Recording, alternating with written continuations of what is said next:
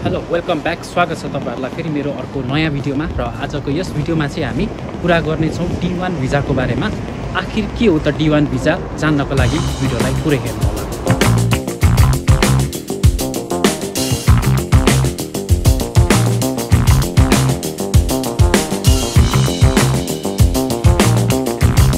मलाई धेरैजनाले चाहिँ D1 भिजाको बारेमा भनिदिनुस् न, D1 भिजाको बारेमा भनिदिनुस् न भनेर मेसेज गरिराख्नु भएको कारणले म आजको यस भिडियो मार्फत चाहिँ तपाईहरुलाई D1 भिजा पहिलाको सिस्टम के थियो र अहिले नयाँ सिस्टम के आएको छ सबै विषयमा तपाईहरुलाई जानकारी मैले जानेको जति जानकारी दिने कोसिस गर्नेछु। र सबैभन्दा सुरु गरौँ। D1 भिजामा पोर्चुगल आउनलाई पहिला के कस्तो थियो हामी पहिलाको बारेमा कुरा गर्नेछौँ र अहिले नयाँ नियम चेन्ज भइकन चाहिँ नयाँ सिस्टममा के आएको छ, कुन तरिकाले आउने या त आउन मिल्ने नमिल्ने हामी सबै विषयमा बिस्तारै कुरा गर्नेछौँ। सो भिडियोलाई पुरै हेर्नु होला। र पहिलेको अवस्थामा चाहिँ के थियो भन्दाखेरि यहाँ पोर्चुगलको कुनै पनि एउटा कम्पनीले चाहिँ मलाई यतिजना कामदार चाहियो, फर इक्जाम्पलको लागि मलाई 10 जना या त 15 जना कामदार चाहियो भनेर चाहिँ एउटा डिमान्ड पठाउने गर्थ्यो। धेरै जसो त एग्रिकल्चरकै सेक्टरको हुन्थ्यो।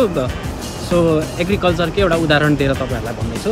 फर इक्जाम्पल पोर्चुगलमा भएको एउटा कम्पनीले चाहिँ ल मलाई 15 जना कामदारको आवश्यकता पर्यो भनेर नेपालमा एउटा डिमान्ड पब्लिस गरेपछि नेपालमा चाहिँ तपाईहरुले कुनै एजेन्सी या त कुनै एजेन्टको थ्रुबाट तपाईहरुले चाहिँ अप्लाई गरेर चाहिँ तपाई भिजाहरु लाएर पोर्चुगल आउनुहुन्थ्यो र पोर्चुगल आएको केही समयमा चाहिँ तपाईहरुको यहाँको टीआरसी कार्ड पनि बन्थ्यो। अब यो कस्तो हुन्छ भन्दाखेरि जस्तै तपाईहरुको भिजा लागेको कुनै एजेन्टको थ्रु या त कुनै एजेन्सीबाट तपाईहरुले भिजा लगाएर आउनुभयो भने पहिला चाहिँ के हुन्थ्यो भन्दाखेरि यो पहिलाको कुरा गर्दैछु है, ध्यान दिनु होला, अहिलेको होइन।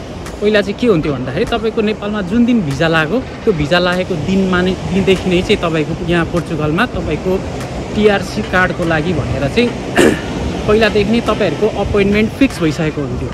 र तपाईहरु जब पोर्चुगल आइसक्नुहुन्थ्यो, पोर्चुगल जुन कम्पनीको लागि भनेर तपाईँ भिजा लाएर आउनुभएको छ त्यो कम्पनीमा आएर चाहिँ तपाईहरुले केही समय 1-2 महिना काम गर्ने बित्तिकै चाहिँ तपाईहरुको यहाँनेर पोर्चुगलमा टीआरसी कार्डको लागि तपाईहरुको डेट फिक्स भइसकेको हुन्थ्यो। तपाई आउनुहुन्थ्यो, बायोमेट्रिक दिनुहुन्थ्यो, तपाईहरुको कार्ड आउँथ्यो।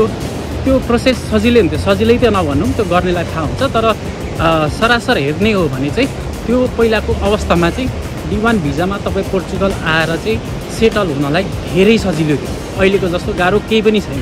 त्यति बेला भनेको तपाईहरुले हो एउटा मोटो रकम तिरेर आउनुहुन्थ्यो, त्यो बेग्लै पाटो भयो। तर जस आउनुहुन्थ्यो, आएर काम गर्नुहुन्थ्यो, तपाईहरुको लागि यहाँ सबै ढोकाहरू खुल्ला थियो। त्यति साह्रो गाह्रो थिएन, काममा साह्रो गाह्रो त्यो आफ्नो काम हो।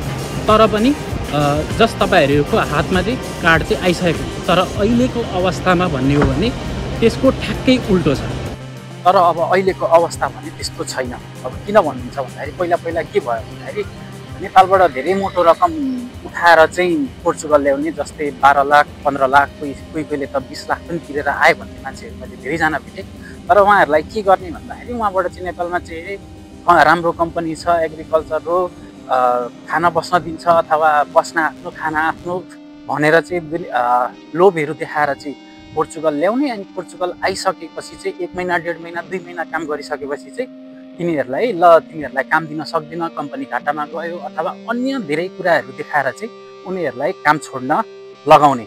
त्यो भइसकेपछि चाहिँ त्यस्तो खालको केसहरू धेरै भइसकेपछि चाहिँ यो त सरासर मानव तस्करी हो, उनीहरूले हेर्ने नजर पनि यही हो। त्यो भएको कारणले चाहिँ उनीहरूले चाहिँ D1 भिजालाई चाहिँ अहिले चाहिँ एकदमै कडा गरेको छ। र तपाईहरु D1 भिजा लिएर चाहिँ पोर्चुगल आउने सोच बनाउँदै हुन्छ भने पहिलो कुरा के बुझ्नुहोस् भने अहिले D1 भिजालाई धेरै कडा गरेको छ। लगभग अहिले त बन्दै भइसक्यो, तर पनि अझै पनि आउने मान्छेहरूको क्रम भन्ने चाहिँ रोकिएको छैन। र तपाईहरु पनि अप्लाई गरिसक्नु भएको छ भने चाहिँ अब केही भन्न सकिँदैन। तर अप्लाई गर्ने सोच गर्दै हुनुहुन्छ भने चाहिँ रोकिनु होला, अहिले D1 भिजाको लागि अप्लाई नगर्नु होला। र यदि गरिसक्नु भएको छ भने चाहिँ तपाईहरुले एजेन्टहरुसँग एउटा यस्तो एग्रिमेन्ट बनाउनु होला कि तपाईहरु यहाँ आइसकेपछि कम्तीमा पनि 1 वर्षसम्म चाहिँ उनीहरूले कामबाट निकाल्छ कि निकाल्दैन।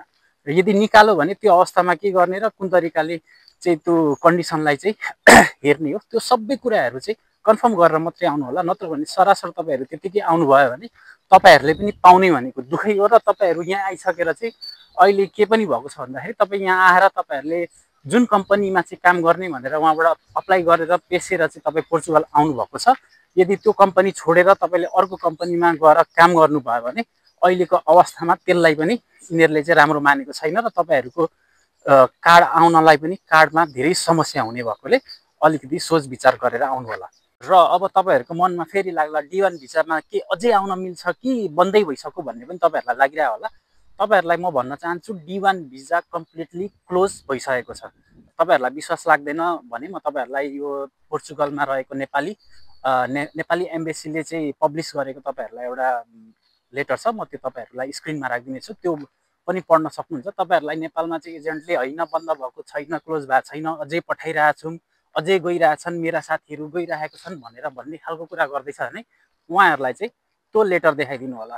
किनकि अब भनेको पोर्चुगलमा D1 भिजा कम्प्लिटली क्लोज। अब D1 भिजा फेरि कस्तो के हो भन्दाखेरि पहिला D1 भिजामा चाहिँ एग्रिकल्चर सेक्टरहरूमा आउने त्यस्तो खालको भिजा लिएर आउनुहुन्थ्यो। तर अहिले चाहिँ कस्तो छ भन्दाखेरि तपाईँ पोर्चुगल आउनै नमिल्ने होइन, तपाईँ पोर्चुगल आउन मिल्छ, तर तपाईँसँग हाई स्किल्ड वर्करको लागि मात्रै डिमान्ड खुलेको छ। हाई स्किल्ड वर्कर भनेको चाहिँ तपाईँ डक्टर, नर्स, IT इन्जिनियर यस्तै सेक्टरहरूमा चाहिँ तपाईँहरू चाहिँ एकदम दक्ष हुनुहुन्छ, तपाईँहरूमा ट्यालेन्ट छ भने चाहिँ अहिले चाहिँ हाई स्किल्ड वर्करहरूको लागि मात्रै उनीहरूले मात्रै पोर्चुगलको लागि भिजा अप्लाई गर्न मिल्ने।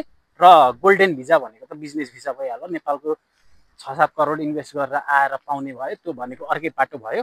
र D1 भिजा सरासर बुझ्नु पर्दाखेरि D1 भिजा क्लोज। D1 भिजामा आउँदै हुनुहुन्छ भने नआउनु होला। D1 भिजामा आएर आफ्नो पैसा डुबाउने, पोर्चुगल आएर दुःख पाउने बाटो नगर्नु होला। अहिले भनेको D1 भिजा कम्प्लिटली क्लोज भइसकेको छ। हाई स्किल्ड वर्कर मात्रै उनीहरूले अलाउ गरेको छ, यो कुरा राम्ररी बुझ्नु होला। र म फेरि पनि भन्दैछु, यदि कुनै एजेन्टहरूले चाहिँ तपाईँहरूलाई होइन भएको छ यताउति भन्यो भने यो नेपाल एम्बेसीले चाहिँ पोर्चुगलमा रहेको नेपाल एम्बेसीले पब्लिस गरेको यो लेटर उहाँहरूलाई ल यहाँ हेर यो के हो भनेर देखाइदिनु होला। हस्त धन्यवाद।